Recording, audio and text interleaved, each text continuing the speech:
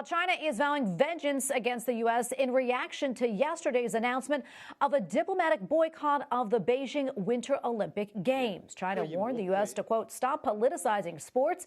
It called the democratic boycott a self-directed political farce and vowed to take, quote, resolute countermeasures. International human rights groups have sought a complete boycott of the Winter Games to protest China's treatment of its ethnic minorities. And joining me now is Gordon Chang, author of The Coming Collapse of China and the Great U.S.-China Tech War. Gordon, welcome back. Great to see you as always.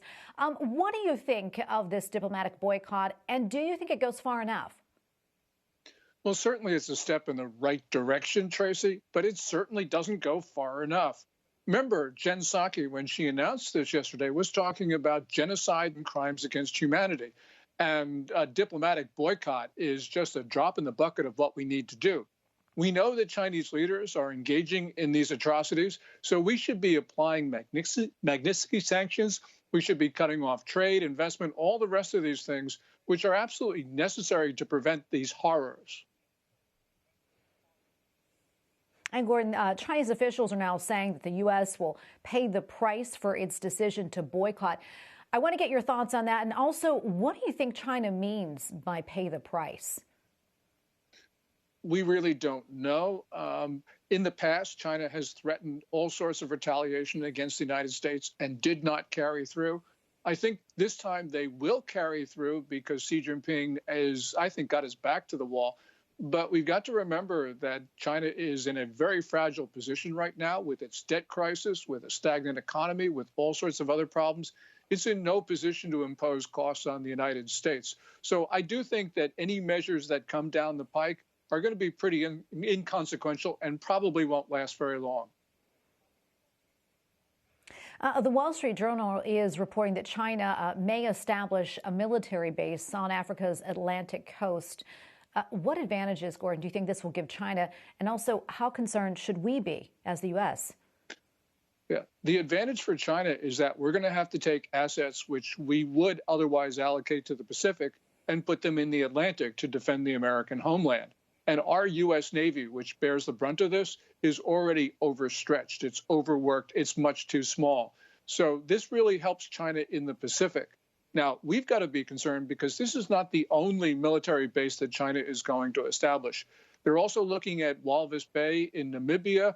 There's maybe even one in the Bahamas coming down that we can see. So I actually think that this is a whole reorientation of Chinese military power, which means we got to reorient our power as well. Yeah, indeed. Very, very concerning there. I want to turn now to Evergrande, which we've talked about before, and its massive financial troubles.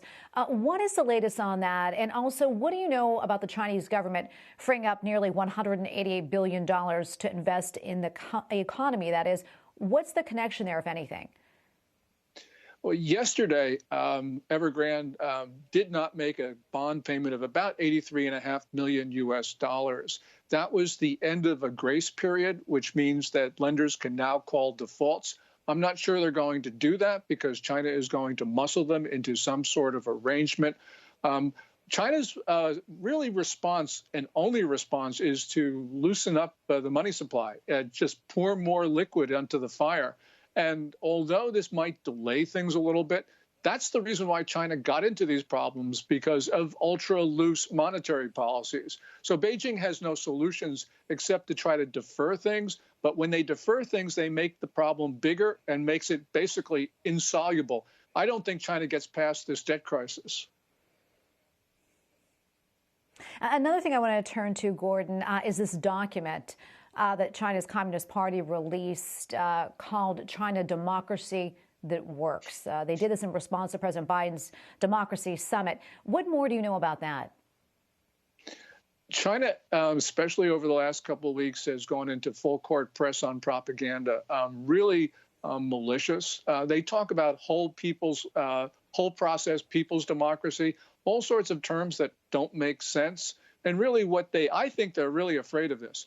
The one thing that Americans forget is that China considers us to be an existential enemy, not because of anything we do, Tracy, but because of who we are, because we have a democracy, because we stand for human rights. The Chinese regime knows that we have this great inspirational impact on the Chinese people. And this democracy summit that President Biden plans to hold soon, I think has really spooked the Chinese regime at a time where their hold on power probably is pretty fragile. And Gordon, quickly, only less than a minute left, but I really want to talk about this. We mentioned this at the beginning of the show, and also, as you know, today is the 80th anniversary of Pearl Harbor. I'd like to get your thoughts on this solemn anniversary, and also, do you see any parallels between Japan in 1941 and China today?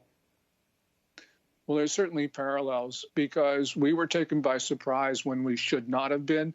And right now, we have a political class in Washington that does not appreciate the threat that China poses. We have a president who says China is a competitor while China calls us an enemy. We could lose our country, Tracy, because we're not defending ourselves. We're a much stronger society, but we could lose. We could lose our country. Strong words. Gordon, thank you so much for your time and analysis. Always appreciate it. Thank you, Tracy.